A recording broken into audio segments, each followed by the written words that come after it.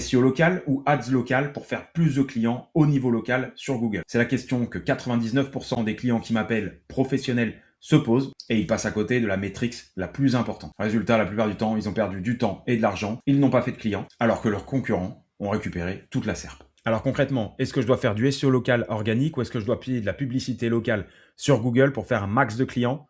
Eh bien, ça dépend pas forcément du budget que vous allez pouvoir allouer, ni de vos capacités. Ça va dépendre d'un seul élément qu'on regarde tout de suite et que 90% des gens passent à côté. La plupart des artisans ou des TPE qui sont au niveau local choisissent leur stratégie n'importe comment. Ils ont vu une vidéo sur Instagram, ils ont lu un post sur LinkedIn, ils ont lu un article de blog sur Google, et là, dans celui-là, on dit « Ah bah, il faut faire des ads pour avoir tout de suite des clients », ou alors « Non, il faut faire du SEO pour remonter à tel endroit sur ChatGPT ou autre ». Donc, ils se disent « Vas-y, on va tester des ads et on va booster ». Ou alors, on va bosser notre SEO en faisant de la fiche Google plutôt que de la page locale. Donc, ils y vont n'importe comment, ils n'ont pas de résultats. Et généralement, s'ils ont fait de l'ads, ils ont perdu des milliers d'euros. Et donc, après, ils veulent plus dépenser pour faire les bonnes choses sur la bonne stratégie. Et souvent, il y a aussi du temps qui a été pris en jeu. Donc ça, c'est le plus compliqué. Alors, on va le faire avec plusieurs exemples. J'ai pris coiffeur Lyon, j'ai aussi pris coiffeur Paris et j'ai pris couvreur Lille. On pourrait prendre énormément de métiers, donc métier avec une localisation. À chaque fois, la SERP qu'on va récupérer, elle est différente. Parfois, on va avoir des ads payants au tout début de la SERP. Parfois, on va avoir des sites de lieux, parfois directement le Google Maps avec le top 3 et de plus en plus rarement, mais ça arrive encore, directement des résultats organiques. Ça peut être dans des toutes petites villes. Alors la solution, elle est très simple et je viens de l'expliquer. Si on commence à faire du Google SEO local organique sur une SERP qui a par exemple des résultats sponsorisés en haut de SERP, bon bah ça sert pas énormément parce qu'on va perdre 80% des SERP ici. Là.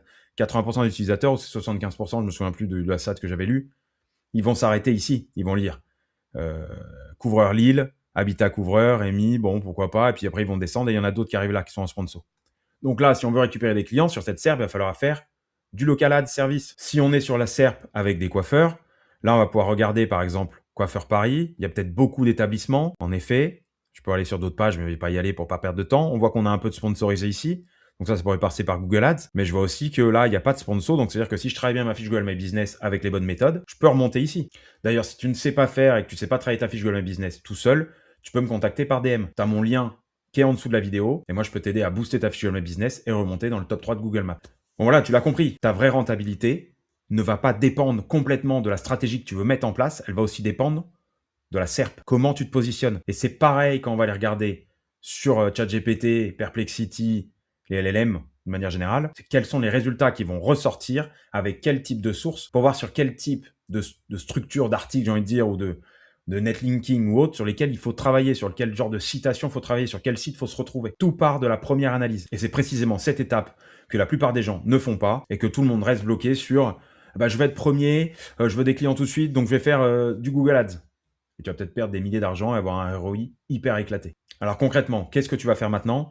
Tu vas aller taper une dizaine de villes plus ton service. Donc si tu es couvreur, tu vas mettre Lille, Marc-en-Barœul, Roubaix, etc. Je ne me souviens plus de toutes les villes. Tu notes une dizaine ou une quinzaine de villes et tu vas regarder la SERP sur les 15 villes. Et tu notes dans un Excel, si possible. Les premiers résultats, c'est Ads. Après, on va voir les annuaires, les sites de lieux et ensuite la Google Maps. Et tu le fais dans des différentes villes. Et à chaque fois, tu te poses la question. Est-ce qu'il y a des pubs Google Ads en haut?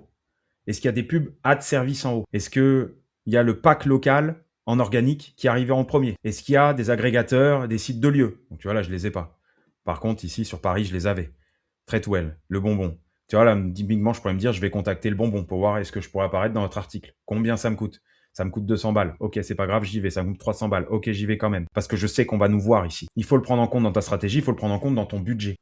Alors après, dans des cas concrets, comment on fait? Si on a du Google Ads Service en premier, on va bien sûr aller travailler sur du Google Ads Service parce qu'on a le métier. Donc la couvreur, c'est disponible. Il y a certains métiers sur lesquels c'est pas disponible. Et en parallèle, on va quand même travailler sa fiche Google, fiche entreprise en organique. Ça, j'en parle très bien dans mes autres vidéos. Et encore une fois, si tu sais pas faire, tu peux me contacter par DM.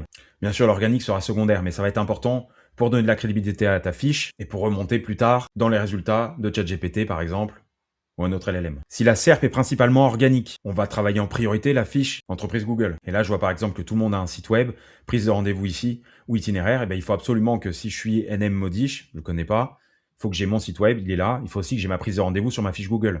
Et si la SERP est mixte, à ce moment-là, on va travailler de façon logique, avec un mélange d'ads et de SEO organique. Et il faut toujours avoir une fiche GMB nickel. Si ça t'a apporté de l'information, mets-moi un petit like et abonne-toi à la chaîne, ça m'aide beaucoup, je te remercie. Si tu veux aller beaucoup plus loin SEO, il y a aussi mon school, le lien est dans la description. Je te donne les meilleures stratégies SEO 2026, comme ça tu es en avance sur toute la partie géo, SEO, local, et puis on a des lives toutes les semaines. Donc voilà, la vraie réponse, tu l'as. Est-ce que je dois faire du SEO local? Est-ce que je dois faire de l'ADS? Bon, bah ta réponse, elle est dans la SERP. Observe ta SERP, tes résultats de recherche. Et ça va être exactement la même chose quand tu vas travailler sur différents mots-clés. Regarde ce que proposent tes concurrents. Regarde ce qui remonte. Est-ce que c'est des fiches entreprises? Est-ce que c'est des fiches produits, par exemple, parce que tu es en e-commerce? Est-ce que c'est plutôt des pages catégories, pages collection? Est-ce qu'on va être sur des articles de blog, des articles comparatifs? Est-ce qu'on va voir des vidéos YouTube plutôt? À la place de travailler n'importe comment, tu as juste à prendre 10 secondes par requête pour regarder exactement ce qui se positionne. Puis après, bien entendu, tu peux aller cliquer sur le lien pour aller voir pourquoi ce site remonte un peu plus. On pourrait aller regarder s'il y a de l'autorité sur le domaine. On pourrait aller regarder s'il y a une certaine sémantique dans le texte. Est-ce qu'il y a des éléments en plus, des tableaux comparatifs, des tarifs, des éléments spécifiques, des flyers, des trucs de bienvenue. Enfin, plein de choses qui font que ça plaît beaucoup à Google, que ça plaît aux utilisateurs et que le site doit remonter. Sur ce, tu sais quoi faire et je te dis à bientôt.